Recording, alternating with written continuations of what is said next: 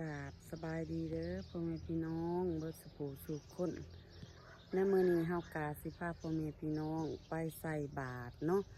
ใส่บาตรที่ว่าพระเดินธุดงค์บ่ฮู้ว่าเพิ่นสิมาจักองค์เนาะบัดนี้พี่น้องเขาเบิ่งเขาส้มเขาติดตามเด้อบัดนี้พี่น้องไปพร้อมๆกันเด้อบัดมีขันใส่บาตรพี่น้องมีขนมแล้วก็ทางลมมีปลาปองเนาะ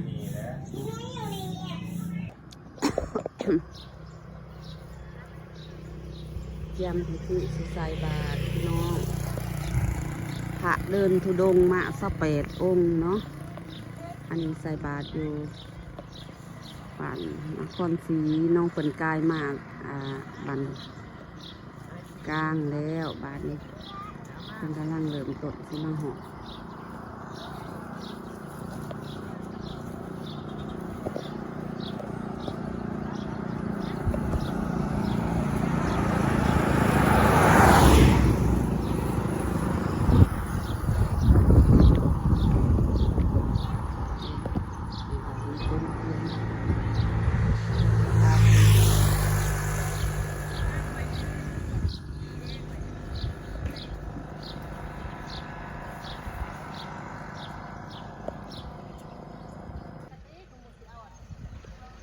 บัดนี้พี่น้องเฮากะมาใส่ลัดอยู่พี่น้องอยู่สนบ้านเพราะว่าบ่มีมือกล่องเพราะว่าใส่แล้วก็สิได้ไปถ่ายอยู่ที่กลางบ้านเนาะหน้าบ้านหน้าศาลาพี่น้องนี่ออกในต้น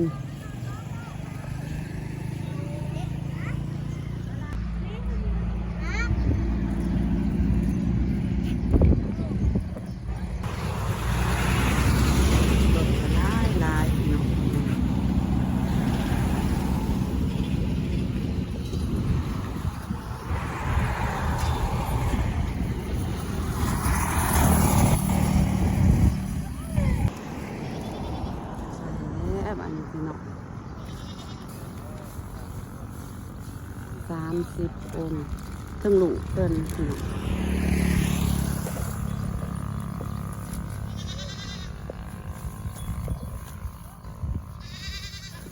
เป็นมาแต่เวียงเนาะพระเดินธุดงค์ออกมีต้นเบิดโดดเนาะเอาไว้ก่อน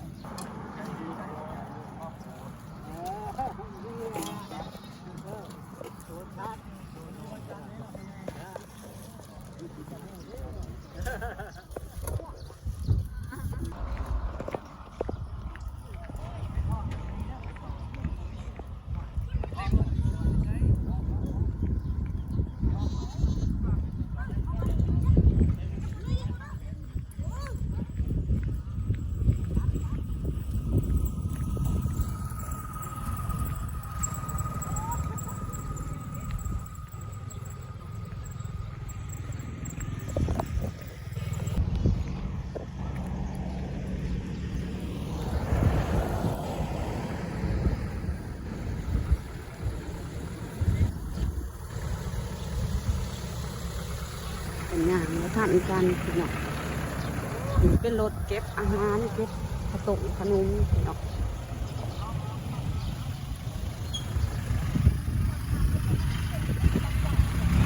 ตักบาตรพระเดินธุดงค์จะเดินธุดงค์มาแต่เวียงโดย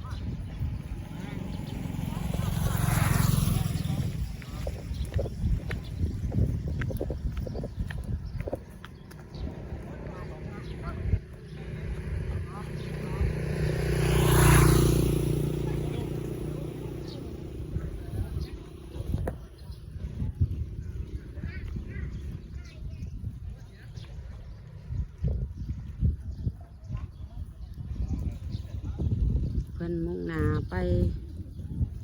ปฏิบัติธรรมอยู่หน้าคันไดพี่น้อง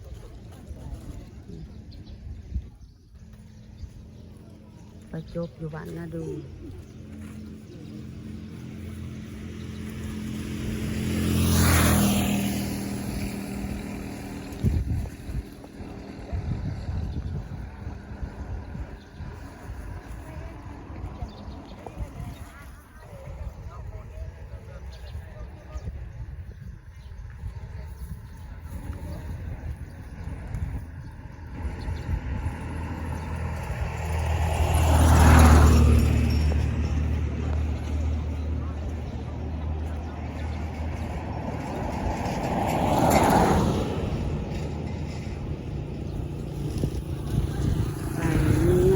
กระตุกขนมเนาะพี่น้องข้าวใส่ข้าวสารก็มีเป็นถุงพี่น้อง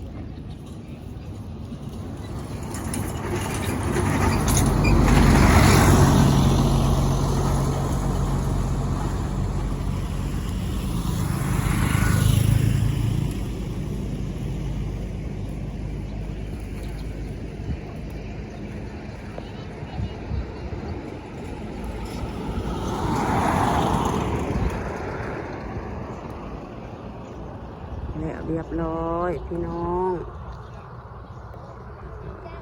ที่เรียบร้อยแล้วเป็นบรรยากาศดอกไม้เนาะตามริมทางพี่น้องเป็นดอกฟางป้ายบานี้พี่น้องสำหรับมือนี้กะคือสิมีเพียงซ้ำนี้เนาะกะกล่าวคำว่าสบายดี